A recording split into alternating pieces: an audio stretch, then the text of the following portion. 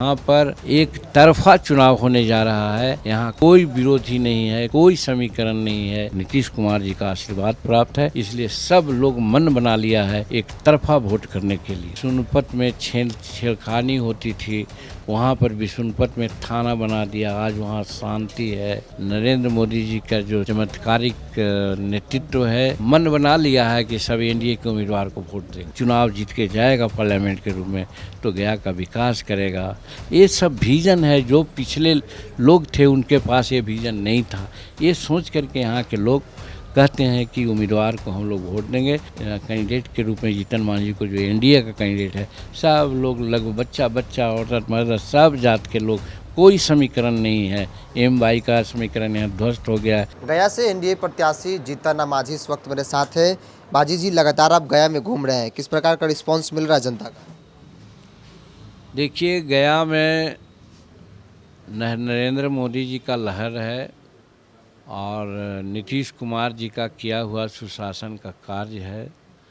इसके चलते यहाँ कैंडिडेट के बारे में कम, सुशासन और नरेंद्र मोदी जी का जो गारंटी है कामों का, उस पर ज़्यादा लोग आमादा हो करके यहाँ लोग वोट कर रहे हैं।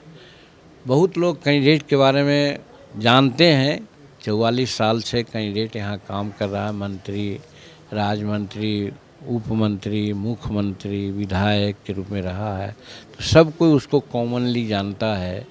और 9 महीना मुख्यमंत्री के हैसियत से रह करके गया के लिए जीतन मांझी ने जो कुछ काम किया है, सबके होठों पर ये बात है कि उनको मौका मिलेगा तो गया को कहीं अधिक और लाभ करने का प्रयास करेंगे, जो गत वर्षों में हमारे एमपी लोग नहीं किए हैं। इसलिए यहाँ एकदम विकास का मुद्दा है। नरेंद्र मोदी जी का जो चमत्कारिक नेतृत्व है वो सामने है और नीतीश कुमार का सुशासन सामने है। इसलिए यहाँ पर एक तरफा चुनाव होने जा रहा है। यहाँ कोई विरोधी नहीं है, कोई समीकरण नहीं है, सब अलग है। और नरेंद्र मोदी जी और नीतीश कुमार जी और यहाँ का उम्मीदवार के प्रति यहाँ के लोगों की काफ़ी आस्था है, जिसके चलते यहाँ लोग मन बना लिया है कि सब एनडीए के उम्मीदवार को वोट देंगे। आपने कहा कि मुख्यमंत्री रहते हुए काम जो किया दलित महादलित को लेकर, लगता है कि उसका फ़ायदा जो है इस चुनाव में आपको मिलेगा? तो दोबारा आप क्यों पूछते हैं? हम तो पहले ही कहा कि 9 महीना मुख्यमंत्री के रूप में जीतन मांझी यहाँ काम किया। खास करके गया के लिए जो काम किया, आप अगर गिनाना चाहते हैं तो थोड़ा कह सकते हैं कि गया में आज यातायात सब डिवीज़न बना दिया, जिसके चलते आज बहुत कंट्रोल है। बोध गया में यातायात थाना बना दिया। विष्णुपत में छेड़खानी होती थी, वहाँ पर विष्णुपत में थाना बना दिया। आज वहाँ शांति है। यहाँ पितृपक्ष मेला को राजकीय मेला घोषित नहीं किया गया था, उसको जीतन मांझी ने घोषित किया। आज करोड़ों रुपया मिलता है। आप जा कर के विष्णुपत के नज़दीक में देख लीजिए कि क्या साफ़ सुथरा विकास है। बगल में एक बैजू धाम है, एक साधारण वहाँ पर भगवान शंकर की मूर्ति निकली थी, उसको पर्यटन केंद्र पर ला करके 3 करोड़ रुपया उसमें दिलवाया था। आज वहाँ जाकर देखिए रोड बन गई है, वहाँ पर सामने गेस्ट रूम बन गए हैं, वो भी चमक रहा है। मेन मंझार है यहाँ पर, वहाँ पर भी इसी प्रकार की बात है। बाबा कुटेश्वर नाथ की यह है, वो भी पर्यटन केंद्र में ये सब बन गया है। तो कहने का मतलब जीतन मांझी रह करके यहाँ पर क्या है। आप देखिए बेला के नज़दीक में, केनी के नज़दीक में पुल नहीं बना था, कोई ठेकेदार से करोड़ों रुपया ले लिया था, ठेकेदार भाग गया था, उसको ये करके केनी में पुल बनवा दिया।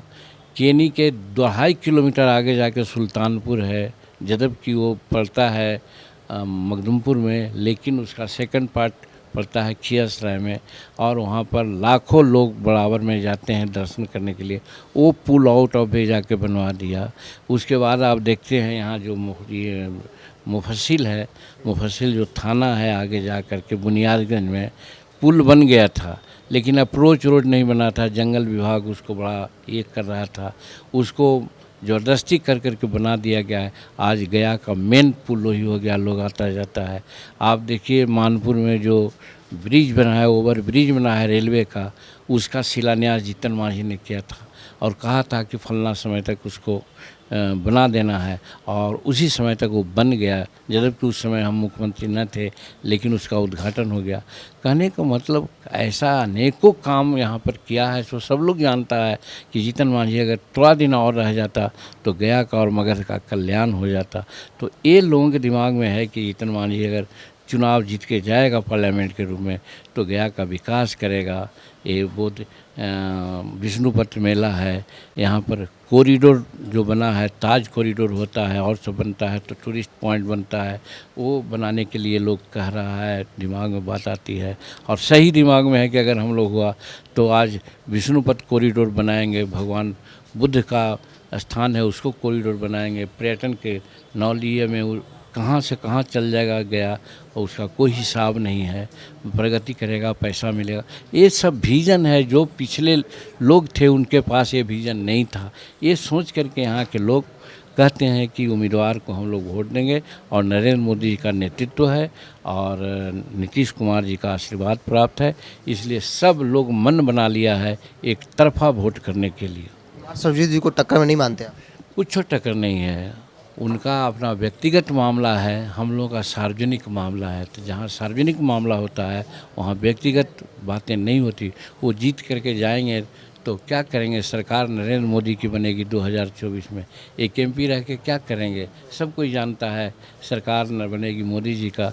अगर सरकारी पक्ष का एमपी जाता है तो ज़्यादा काम करेगा, इसलिए यहाँ गया कि जनता प्रौढ़ हो गई है, वो समझती है कि कौन काम कर सकता है, इसलिए गया के कैंडिडेट के रूप में जीतन मांझी को, जो एनडीए का कैंडिडेट है, सब लोग लगभग बच्चा औरत मर्द सब जात के लोग, कोई समीकरण नहीं है, एम वाई का समीकरण यहाँ ध्वस्त हो गया है, वो भी एनडीए के कैंडिडेट को वोट दे। सलमान यादव भी करेंगे सब दोबारा, यही तो आप लोगों का गलत बात है। जब एम वाई हम कह दिए तो फिर दोबारा वो सब पूछने की क्या जरूरत है आपको है? आप लोग पत्रकारिता करते हैं तो ज़रा सोचिए, ये सब कीजिए। हम इतना बोल रहे हैं तो आप समझ रहे हैं कि नदी जा रही है। एक अंतिम सवाल आपसे ले लेते हैं, चूँकि आप भी घूमते हैं, हम भी घूम कर आ रहे हैं। प्रधानमंत्री की जो योजना है, खासतौर पे उज्ज्वला योजना या आयुष्मान भारत कार्ड लोगों तक नहीं पहुंच पा रही है, तो क्या आश्वासन देंगे आप कि भाई हम अगर पहुंचेंगे तो लोगों तक पहुंचाएंगे? देखिए, धान होता है वहाँ खखरी होती है।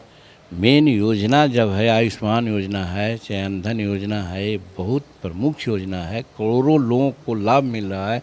उसमें 2-10% लोगों को नहीं मिल रहा है, वो प्रयास होगा, वो लोकल नेताओं का, लोकल पदाधिकारियों की कमी के चलते वैसा नहीं हो रहा है, उसको देखा जाएगा, उसको भी हम लोग पूरा करावेंगे। चलिए, जीतन राम मांझी हैं, अपने घर पे लोगों से मुलाकात कर रहे हैं, गया के अलग अलग क्षेत्रों में हम भी घूम रहे हैं, और लोगों की राय, समस्या क्या है उनकी, जो बेसिक चीज़ें हैं, जो सरकार की योजनाएं हैं जो मिलनी चाहिए, वो कितना लोगों तक नहीं पहुंच पा रहा है, ये भी एक बड़ा सवाल है। हालांकि उन्होंने कहा कि लोगों की उम्मीद है और उस उम्मीदों पर हम ज़रूर जो है वो खरा उतरेंगे, जो चीज़ें नहीं पहुंच पा रही है उसे पहुंचाने की कोशिश हमारी रहेगी। और यही बड़ी वजह है कि लोग व्यक्तिगत तौर पर नहीं, बल्कि नरेंद्र मोदी और नीतीश कुमार के चेहरे पर इस बार जो है हमें चुनेंगे।